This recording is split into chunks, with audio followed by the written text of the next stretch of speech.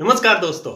मैं तेजिंदर फुलारा एक बार फिर से हाजिर हूं आपके साथ अपने इस YouTube चैनल ज्ञान स्टडी विद फुलारा में, जिसमें हम पढ़ते हैं प्रतियोगी परीक्षाओं से संबंधित वो सभी जानकारियां जो प्रतियोगी परीक्षाओं में पूछी जाती हैं।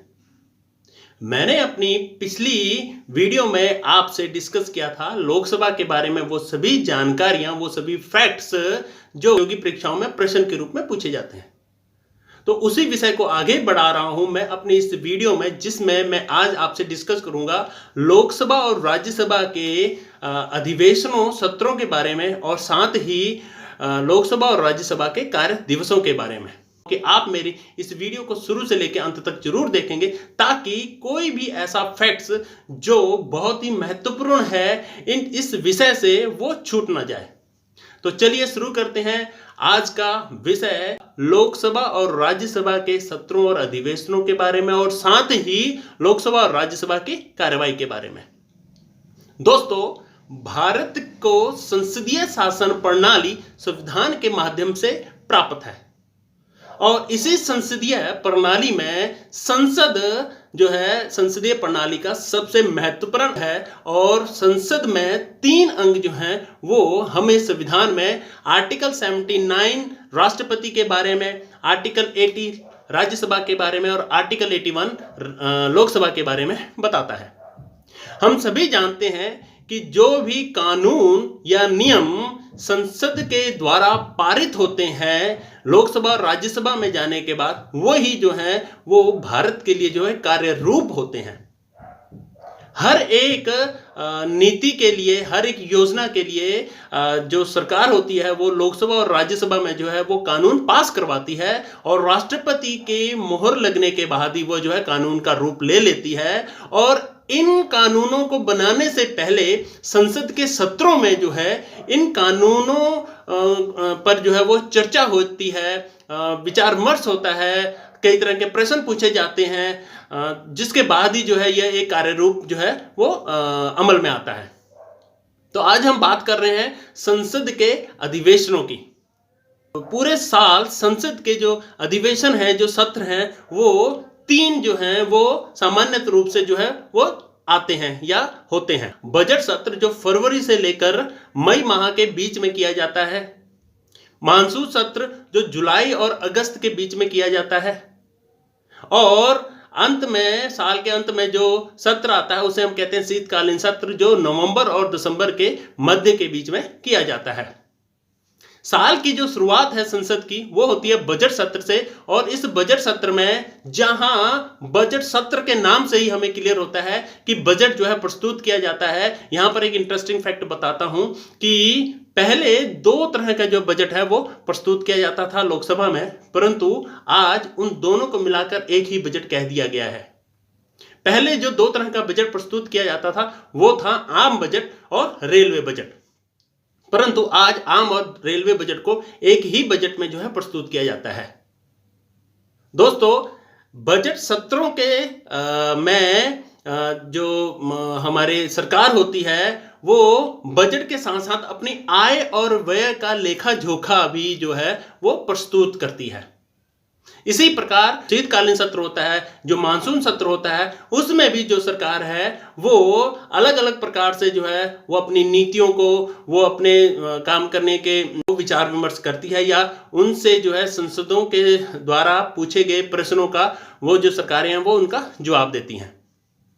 यहां पर हम बात करते हैं कि संसद के इन तीनों सत्रों में किस प्रकार से जो है वो एक दिन की कार्य दिवस, जिसे हम कहते हैं संसद का कार्य दिवस, वो संचालित होता है। तो दोस्तों, संसद का कोई भी सत्र जब भी बैठता है तो उसमें जो एक दिन, जिस दिन संसद की बैठक होती है या संसद लगती है, उस दिन को कार्य दिवस जो है वो बोला गया है। और यह जो कार्य दिवस है वो लोकसभा या राज्यसभा का सुबह 11 बजे से लेकर शाम को 6 बजे तक जो है वो संसद का एक जो है कार्य दिवस चलता है। दोस्तों, संसद का जो एक कार्य दिवस होता है वह 2 पारियों में होता है, और इन 2 पारियों के लिए जो समय काल है वह सुबह 11 बजे से लेकर शाम को 6 बजे तक का है। संसद की पहली पारी 11 बजे से लेकर दोपहर के 1 बजे तक होती है और संसद की दूसरी पारी दोपहर 2 बजे से लेकर शाम को 6 बजे तक होती है। संसद के भोजनावकाश का समय दोपहर 1 बजे से लेकर 2 बजे तक का होता है। दोस्तों, संसद के पहला जो पारी होती है उस पारी में 2 तरह के जो हैं वो कालखंड आते हैं, या हम ये कह सकते हैं कि 11 बजे से लेकर 1 बजे तक के समय को संसद में 2 प्रकार से विभक्त किया गया है। संसद के प्रत्येक कार्य दिवस के पहले घंटे को लोकसभा में जो प्रश्नकाल के नाम से जाना जाता है और प्रश्नकाल के तुरंत जो अगला घंटा होता है, जैसे 11 बजे से लेकर 12 बजे तक के कार्यकाल को प्रश्नकाल कहा जाता है और 12 बजे से 1 बजे तक के कार्यकाल को लोकसभा में शून्यकाल कहा जाता है। प्रश्नकाल और शून्यकाल में जो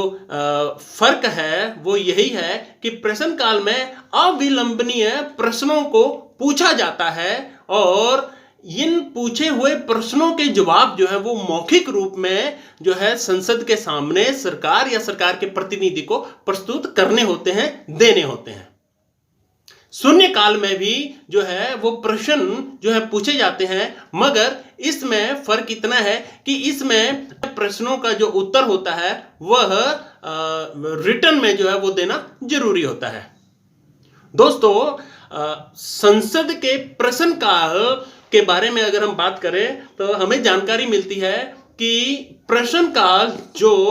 सबसे पहले विश्व में इस्तेमाल किया गया था वो 1721 ईस्वी में जो था वो इस्तेमाल किया गया था और भारत में 1892 में ये जो है ये प्रश्नकाल जो है सबसे पहला आया। दोस्तों, प्रश्नकाल के बाद जो भी अगला घंटा होता है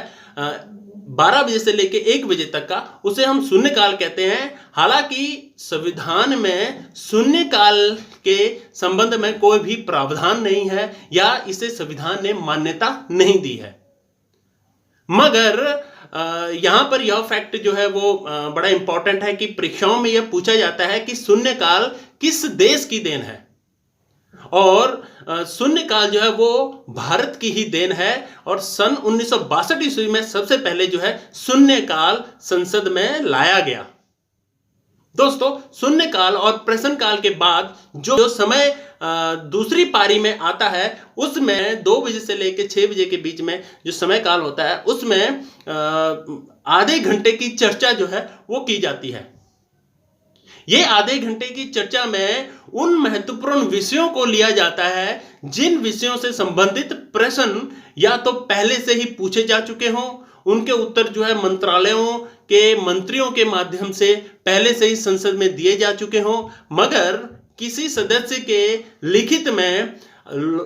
लोकसभा के अध्यक्ष को अगर निवेदन किया जाता है उन पहले से पूछे गए प्रश्नों के ऊपर चर्चा करने को आधे घंटे की चर्चा के रूप में जो है कहा जाता है।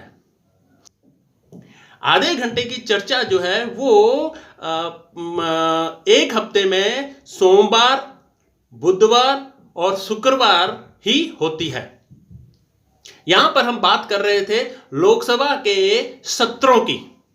और बात कर रहे थे लोकसभा के सत्रों में पूछे जाने वाले प्रश्नों के लिए कार्य दिवसों की। तो आज की हमने इस वीडियो में जो समझा वो ये समझा कि लोकसभा और राज्यसभा में जो कार्य दिवस होता है उसको कितने भागों में बांटा गया है। लोकसभा में और राज्यसभा में पूछे जाने वाले प्रश्न के बारे में जानकारी के लिए मैं अपनी अगली वीडियो में आपसे फिर मिलूंगा और इस वीडियो में बस इतना ही। तब तक के लिए नमस्कार, जय हिंद।